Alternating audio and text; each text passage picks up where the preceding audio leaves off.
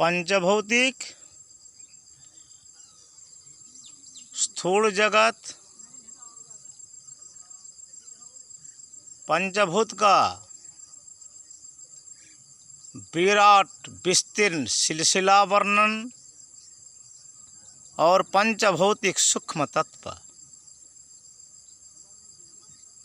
पंचभूत ये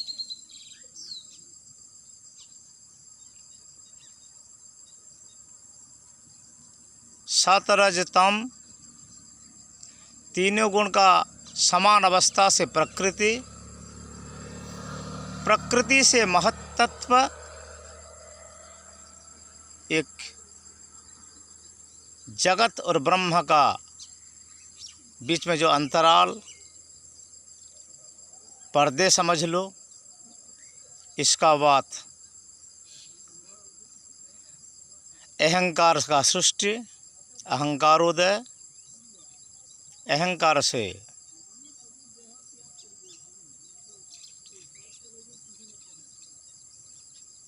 ये आकाश तत्व,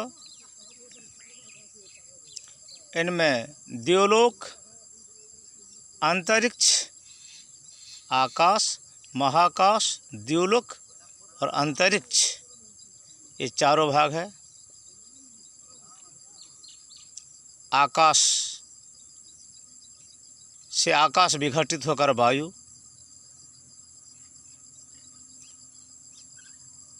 वायु पुराण में 49 वायु है, 49, और इससे 10 महावायु है। नाग पद्म कुरुकल कर दे बदत्त धनंजय प्राण अपान व्यानश्च उदानैव समानकम। और ये 10 महावायु में एक ऐसा वायु है प्राण, जो जीवन धारण का शक्ति जिन वायु में है। इसका बाद जल, जल में हर प्रकार रस है, मीठो, तीखे, खटाई, कड़वा, तेजी और नमकीनी। जल का बाद पृथ्वी तत्व, पृथ्वी तत्व से सारे संसार का स्थूल रूप का पता चलता है। लेकिन सब में सब है। जल में अग्नि है, वायु में अग्नि है, आकाश में वायु है, मिट्टी में आकाश भी है।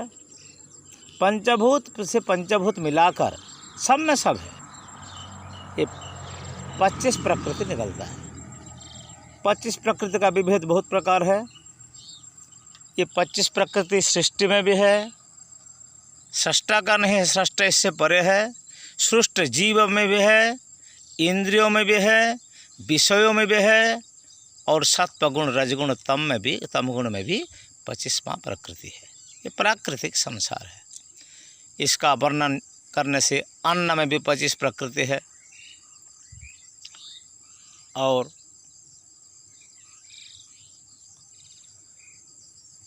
हर कोई जीव में, चाहे पेड़ पौधा हो, कीड़े मकड़े हो, पंछी हो, सांप हो, बिच्छू हो, इंसान हो, कोई जानवर हो, सब में, जैसे कि धान, चावल जिसको कहते हैं, चावल गेहूँ में भी सब पंचभूत का भीतर है।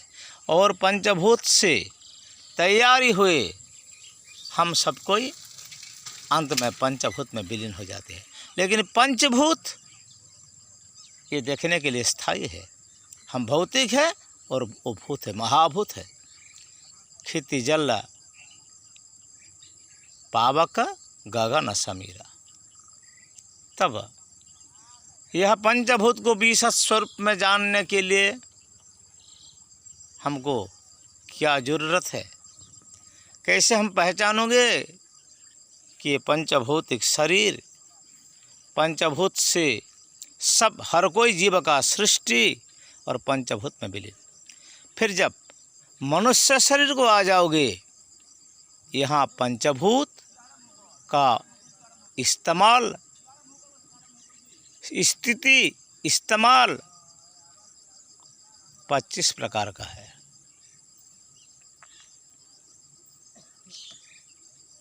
जो कुछ हम काम करते हैं काल कर्म स्वभाव को लेकर, हम तो काल कर्म स्वभाव का भीतर है ना, परे नहीं है, उनका नीचे हमारा गति है। और इसका सृष्टा जो परमात्मा है, उनको जानने के लिए हमारे लिए कोई शास्त्र में दिग्दर्शन है। और शास्त्र सम्मत कार्य करने वाला को का फल, नतीजा अच्छा मिलता है। और जो अशास्त्रीय काम करते हैं उनका नतीजा थोड़ा उनको कष्ट झेलना पड़ता है, दुख में, गम में ही रहना पड़ता है। लेकिन जो विषयाभोगी है वो समझते मैं खुश हूँ, I happy, all time I am happy. ना, प्रकृति आनंद तो समाज का सेवा में, प्रभु जी के सेवा में, समर्पण भाव में, अनुभव में, ज्ञान में, वैराग्य में और ऐश्वर्य में लिप्त, ऐश्वर्य में विषया में लिप्त नहीं रहना, संसार को झूठ समझना, ब्रह्म को सच समझना। तो ये संसार झूठ नहीं है, ये अस्थाई सत है, क्षणस्थाई है। और इसका बीच मनुष्य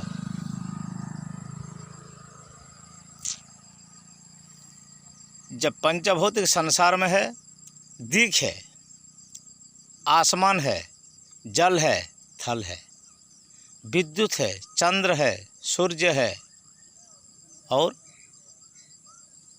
अग्नि है।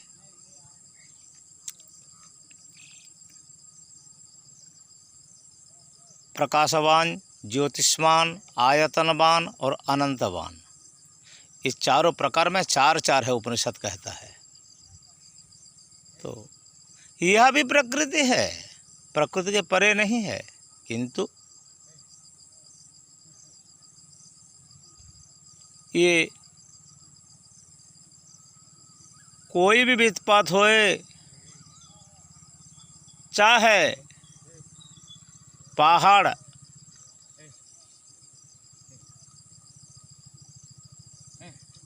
हो जाए, समंदर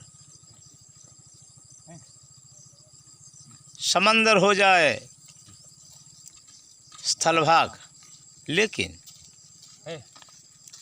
हवा, जल, अग्नि, इनका भी जो साम्यता है, इनमें वैषम्य होने से पृथ्वी में वित्पात होते हैं। और शरीर में भी जल, हवा, मिट्टी और आसमान, ये चारों का संतुलन नहीं रहने से शरीर में सुख या दुख विशेष रूप में पैदा होता है। सुख भी पैदा होता है विशेष रूप में, लेकिन ये सुख क्षणस्थायी है और दुख भी क्षणस्थायी है। शाश्वत जो सत्य सनातन है, जो सारे जग का मालिक है, जो सृष्टा है, इनको ढूंढना मनुष्य का पहला कर्तव्य है। उन्होंने हमको सब कुछ दिया, फिर हमने जाचज्ञा क्यों करते, मांगते क्यों?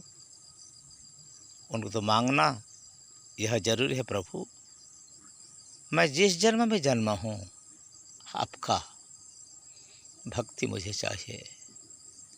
हे नाथ, हे मेरे नाथ, मैं आपको ना भूलूं। फिर बीच में धर्म ज्ञान वैराग ऐश्वर्य है, मैंने पहला बताया था उड़िया में। इसका बाद सत्य शांति दया क्षमा है। ये संसार में रहने के लिए। इसका अलावा धर्म अर्थ काम मोक्ष है। फिर इनके अलावा काम क्रोध लोभ और मोह है।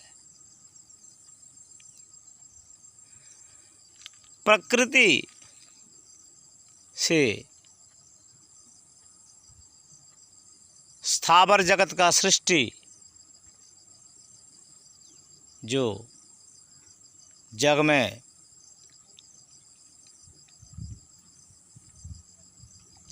जंगम जो जाना आना करते हैं, और स्थावर जो कहीं जा नहीं सकते, इस सब पंचभूत का विकार से सृष्टि होते हैं, इनका स्थिति होते हैं और विलय भी होता है। और इनका ऊपर धर्म भी है और जम भी है। जिसको जम कहते हैं, जम का 5 लक्षण है योग दर्शन में। वही जम भी संयमन करते हैं, और कोई एक यम देवता है, जम देवता, वो भी संयम करते हैं। और धर्म, ये सारे संसार को धारण करने वाला वही धर्म है। उड़िया में कहावत है, धर्म पुरुषर रूप रेखा नाही कहा को जब भजिबी मोही, अरूप अनंत अटु शून्यवासी क्रिया कर्म न लागई। महात्मा भीम भोई ने लिखे। धर्म पुरुष का रूप नहीं, रेख नहीं है, बिंदुनाद कलातीतम, फिर भी वो सब में समा है। और पंचभूत के बारे में इसका बात मैं फिर सिलसिला चर्चा करूँगे। आसमान से लेकर अतल बितल सुतल तलातल पाताल, पाताल अतल बितल सुतल तलातल तक, और ऊपर का स्वर्लोक जनलोक महलोक तपोलोक सत्यलोक ब्रह्मलोक तक। ठीक है, अब वाणी को विराम देता हूँ। आगे फिर सिलसिला आध्यात्मिक किस्सा, आध्यात्मिक तत्व, एक तो किस्सा नहीं है, ये तो सत्य सत्य और सत्य का बीच ये सब रहते हैं। इसके बारे में फिर चर्चा करेंगे। नमो नारायण, नमो नारायण, नमो नारायण। हरि हरि बोल, हरि हरि बोल, हरि हरि बोल।